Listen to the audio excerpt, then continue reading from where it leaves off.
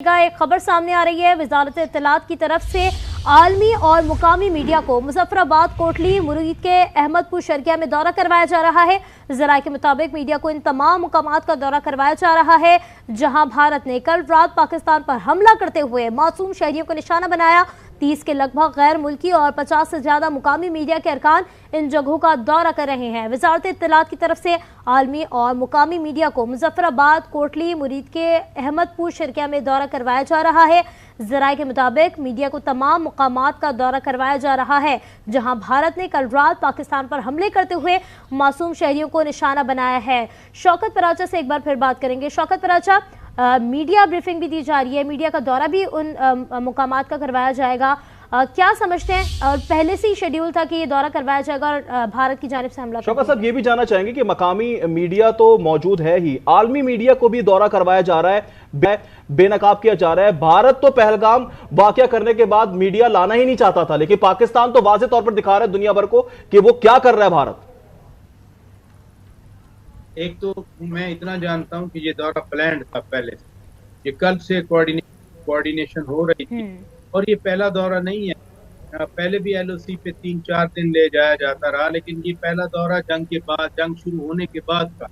Let me put this कि जंग शुरू हो चुकी है और जो कुछ भारत ने इस तरह से मुरीद में, अहमदपुर ईस्ट में या दीगर शहरों पे हमला किया, अफसोस की बात है कि सिविल आबादी को निशाना बनाया गया। अफसोस की बात है कि मासूम शहरियों को निशाना बनाया गया और यही दौरे का मकसद भी यही है कि वो जो कंपाउंड है, अगर मस्जिद का है अहमदपुर शर्किया में, बहावलपुर में या मुरीद के में जिस कंपाउंड को निशाना बनाया गया, तो वो कोई पाकिस्तान के मीडिया वाले या पाकिस्तान की जो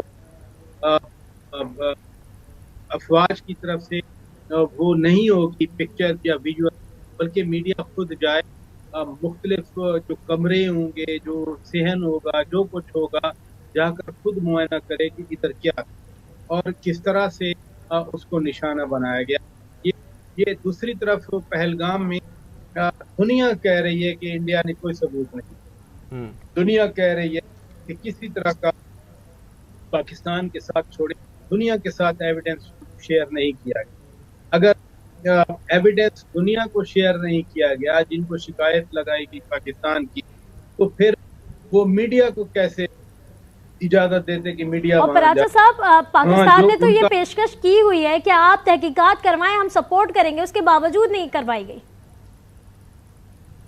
तहकीकात कैसे करवाएं? देखे ना, हमारा तो फर्म इधर कन्विक्शन है कि ये फॉल फ्लैग ऑपरेशन, यानी 7-8 लाख फौज के होते हुए एक रिजॉर्ट है और आपको मालूम है कि ये शोरशदा इलाका है, कश्मीर है, आपने कब्जा किया हुआ है और हुर्रियत पसंद हैं, इसमें कोई शक नहीं है। आज़ादी के मतवाले उधर हैं, इसमें कोई शक नहीं है। और वो आज़ादी के मतवाले 75 सालों से तीसरी चौथी जनरेशन आ गई, वो कुर्बानियाँ देते आ रहे हैं, वो आपको मालूम है। फिर आपकी सिक्योरिटी कहाँ? इसका मतलब यही है, जो सवालात तो उठ गए ना, देखे ना, 10 मिनट के अंदर अंदर FIR दर्ज हो। क्या आपने तहकीकात कर दी? क्या आपका कोई बंदा वहां मौजूद था? क्या आपको मालूम हो गया था? और इतनी कार्डन ऑफ वैली में, जहाँ कहते हैं ना चिड़िया पर नहीं मार सकती, वहां पे वो गए कहाँ गए? आपको तो अभी तक पता नहीं चला। आपको ये पता चल गया कि बहावलपुर या अहमदपुर ईस्ट या मुरीद के या मुजफ्फराबाद या भिम्बर, वहां कहीं से ये लोग कनेक्टेड हैं या आ सकते हैं, वो हैं कौन? क्या आपके पास एविडेंस है? कोई टेलीफोन है आपके पास? कोई मूवमेंट है आपके पास जहां जहां आपने मासूम आबादी को निशाना बनाया कि ये वहां से चल के गया? शौकत साहब, जिस तरह से आपने बताया कि अब ये भारतीय अवाम के जो आवाज को दबाने की कोशिश की जा रही थी, गोदी मीडिया की जानिब से भी, भारतीय मोदी सरकार की जानिब से भी, अब ये किस मुंह से अवाम के सामने जाएंगे और क्या कहेंगे, कैसे दिफा करेंगे अपना? देखिए, झूठ के पांव नहीं होते और झूठ का चेहरा भी नहीं होता। बिल्कुल, आप इतना झूठ बोलें, यही वॉरफेयर प्रोपोगेंडा है, यही जो है वो प्रोपोगेंडा आप इतना करें, झूठ को इतना फैलाएं कि वो सच साबित।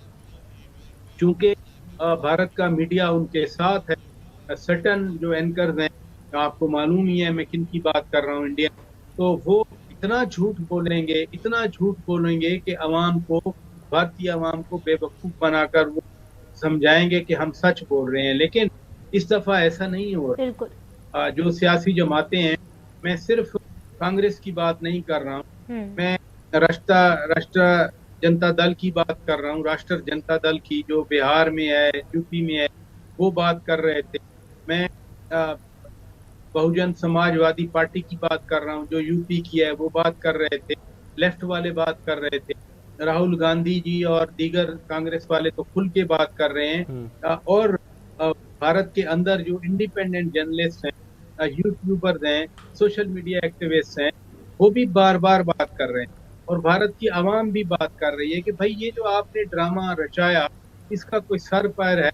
और इन्हीं आवाजों को दबाने के लिए, एक अल्ट्रा नेशनलिस्ट फीलिंग उजागर करने के लिए, ये जो सो कॉल्ड ऑपरेशन सिंदूर था कल रात वाला, जिसमें पाकिस्तान के मासूम शहरियों को निशाना बनाया गया, बच्चों को नहीं छोड़ा, खवातीन को नहीं छोड़ा, तो उस ऑपरेशन सिंदूर को अब जस्टिफाई करने की कोशिश की जाएगी। लेकिन ये जो सफेद झंडे लहरा रहे हैं, ये बेवजह नहीं है। इसके पीछे जो पाकिस्तानी अफवाज, पाकिस्तान की हुकूमत की स्ट्रेटेजी और पॉलिसी है, जिसके तहत भारत को मुंह की खानी पड़ी और अब सफेद झंडे लहरा जा रहे हैं। बिल्कुल, सफेद झंडे उनकी जानिब से लहराए जा रहे हैं। शौकत पराचा साथ मौजूद रहेगा।